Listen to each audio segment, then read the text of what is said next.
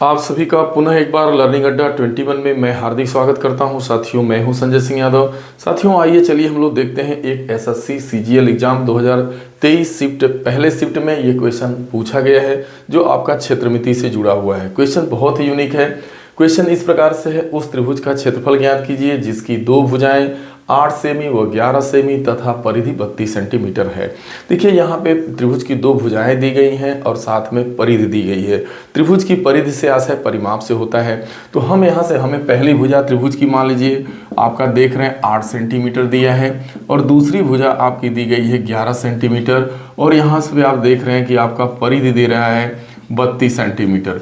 तो हम अगर जो है परिधि का मतलब परिमाप से होता है और जो त्रिभुज का दरअसल परिमाप होता है वो आपको मालूम है, वो तीनों भुजाओं का योग होता है। तो दरअसल तीनों भुजाओं का योग आपको मालूम है, तो तीसरी भुजा आपकी निकल जाएगी। आपका परिमाप 32 है, उसमें इन दोनों भुजाओं को जोड़ करके घटा देंगे तो आपको परिमाप से तो तीसरी भुजा मिल जाएगी। तो 8 में आपको 11 जोड़ना होगा, जैसे ही जोड़िएगा तो 32 11 में 8 जोड़िएगा तो 19 होगा और 32 से 19 आप घटाइएगा तो आपका 9 3 12 आपका 13 आ जाएगा।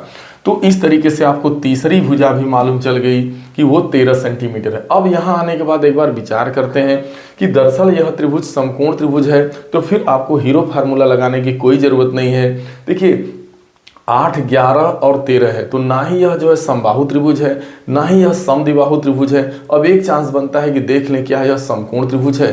तो समकोण त्रिभुज की विशेषता ये होती है कि आपको सबसे बड़ी भुजा का वर्ग करना होता है और यदि वो दोनों दो अन्य भुजाओं के वर्गों के योग के बराबर हो जाए तब तो सही है, वो आपका समकोण साबित हो जाता है। तो यहाँ जैसे ही करेंगे आपका 169 आएगा 13 का वर्ग और देखेंगे 8 का वर्ग 64 होगा और 11 का आपका 121। तो जैसे ही आपका 11 का वर्ग आपका 121 होगा, आप 4 1 5 जैसे यहाँ 64 जोड़िएगा तो आप देख पा रहे हैं कि 185 हो रहा है। यानी ये जो दो भुजाओं के वर्गों का योग जो है वो तीसरी बड़ी भुजा के वर्ग से अधिक आ गया। तो कहीं ना कहीं का मतलब यह आपका न्यून कोणीय त्रिभुज हो रहा है। देखिए जब बराबर होता है तो समकोण होता है, अगर बड़ी भुजा का वर्ग बड़ा हो जाता है तो वो अधिक कोण होता है और यदि बड़ी भुजा का वर्ग छोटा हो जाए, जैसे यहाँ पे आप देख रहे हैं कि ये 169 है और यहाँ 185 आ रहा है, तो इस तरीके से आप ये मतलब ना ही अब यह समकोण है। तो अब आपकी मजबूरी बनती है कि फिर आपको यहाँ पे जो है त्रिभुज का हीरो फार्मूला लगाना है। तो त्रिभुज का क्षेत्रफल उस फार्मूले से कैसे निकलता है, तो त्रिभुज का जो क्षेत्रफल निकलता है वो s minus a into s minus b into s minus c का फार्मूला लगता है। अब दरअसल यस क्या है, यस जो है अर्ध परिमाप होता है, इसे त्रिभुज का अर्ध परिमाप बोला जाता है। तो परिमाप का मतलब त्रिभुज की तीनों भुजाओं का योग होता है, तीनों भुजाओं को जोड़ करके जैसे ही आधा करेंगे तो वही अर्ध परिमाप होगा। परिमाप में क्या होता है कि तीनों भुजाओं को आप जोड़ते हैं, जैसे यहाँ परिधि 32 दी गई है, इसका मतलब परिमाप 32 है। लेकिन आपको यहाँ यस चाहिए, अर्ध परिमाप चाहिए, इसका मतलब तीनों का योग 32 है, 2 से भागा दे देंगे तो अर्ध परिमाप आ गया 16 सेंटीमीटर। अब आपको अर्ध परिमाप यहाँ से अच्छे से पता चल गया, तो फिर आपको क्या करना है, यस का मान पता चल गया तो फार्मूले में बैठा देना है यस यानी 16 यस माइनस ए यानी 16 में से अर्ध परिमाप में से एक बार पहली भुजा घटाएंगे, मान लीजिए आपने 8 घटा दिया, फिर इंटू 16 में से दूसरी भुजा घटाएंगे 11, फिर 16 में से एक बार आपको तीसरी भुजा घटाना होगा आपका 13।